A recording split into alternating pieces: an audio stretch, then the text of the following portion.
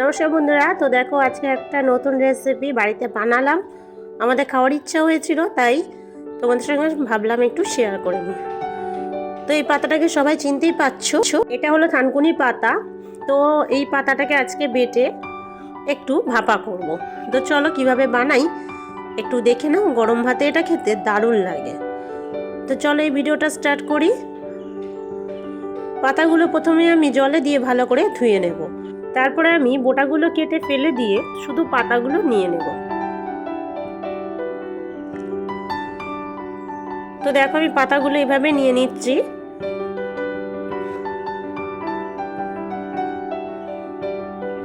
তো এইভাবে সব পাতা কেটে নেব, নিয়ে বোটাগুলোকে আমি ফেলে দেব।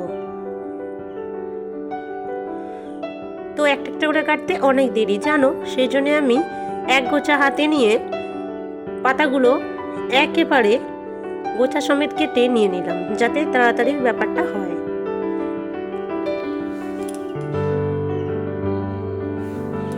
তো দেখো গোটাগুলোই ফেলেই দিয়েছি।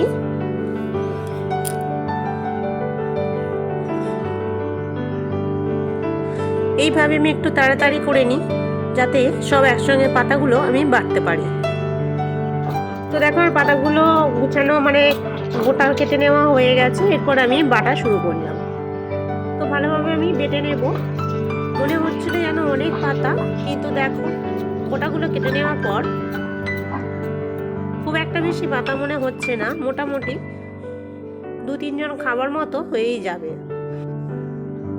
তো আমি ভালো করে পাতাটাকে বাটতে থাকলাম,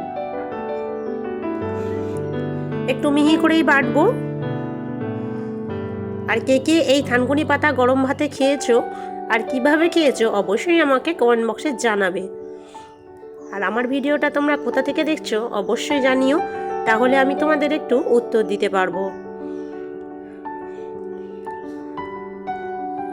তো তোমরা চাইলে মিক্সিতেও করতে পারো, কিন্তু এই পাতা বাটা শিলনোড়াতেই ভালো খেতে লাগে।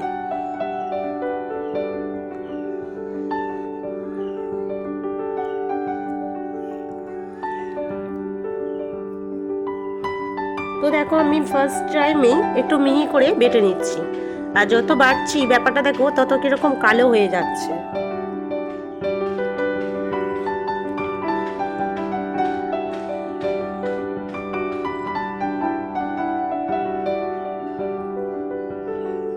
তো আমার বাটা প্রায় শেষ হয়ে এসছে, আর একবার বাটতে হবে, যেহেতু হালকা হালকা এখন কয়েকটা পাতা গোটা রয়েছে।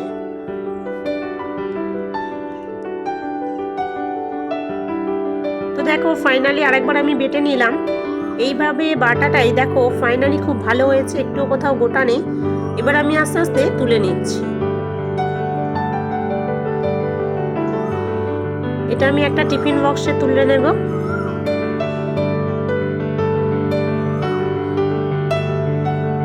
দেখো বাটার পর কিরকম কালোর মতো দেখতে লাগছে না।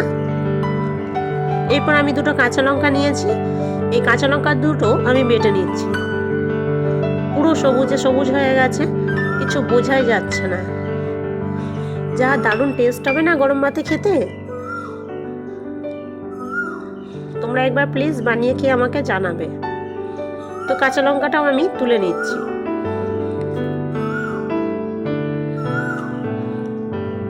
দিয়ে এর উপরেই রাখলাম। এরপর আমি একটু কাঁচা গোটা জিরে নিয়েছি, একটু কয়েকটা গোটা জিরে বেটে নেব।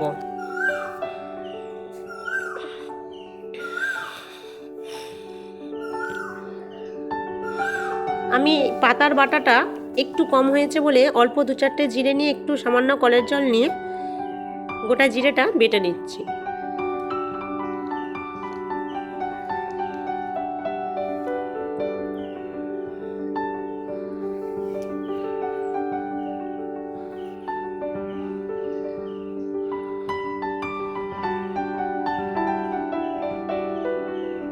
তো দেখো আমার বাটা হয়ে গেছে। এরপর গোটা জিরেটাকে তুলে আমি পাতা বাটার উপরে রেখে দেব।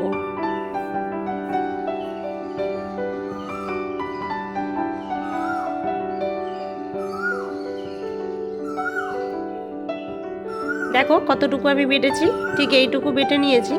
এবার আমি পাতা বাটার উপরে এটা রেখে দেব। এরপর দিয়ে দিচ্ছি কাঁচা সর্ষের তেল অল্প একটু, তারপর দিয়ে দেব পরিমাণ মতো নুন। এরপর নুন দেওয়ার পর সব একসঙ্গে ভালো করে মাখিয়ে নেব। আর এটা আমি হাত দিয়েই মাখাবো যাতে মাখানোটা খুব ভালো হয়। এইভাবে ধনেপাতা বাটা মাখা খেতে খুব ভালো লাগে এই শীতকালে। তো দেখো মাখা আমার হয়ে গেছে। এরপর আমি ঢাকনা দিয়ে দিচ্ছি, দিয়ে আমি একটু ভাপে বসিয়ে নেব। তো কড়াই দেখো আমি জল দিয়ে দিচ্ছি, দিয়ে এটা ভাপে আমি বসিয়ে দিচ্ছি। তো এইভাবেই বসিয়ে দিলাম। 5 মিনিট পরে ফিরে এসেছি। দেখো ভাপে কীভাবে গরম হয়ে গেছে। টিফিন বক্সটাও ভীষণ ভীষণ মানে গরম হয়ে গেছে, তাও আমি একটু চেপে চেপে দিয়েছি। তো 5 মিনিট 10 মিনিট রাখার পর আমি এটাকে তুলে নিচ্ছি। এটা অত্যাধিক গরম, সেই জন্য আমি এটাকে এখন খুলতে পারবো না। তো আজকের রেসিপি ভিডিও এই পর্যন্তই। চলো।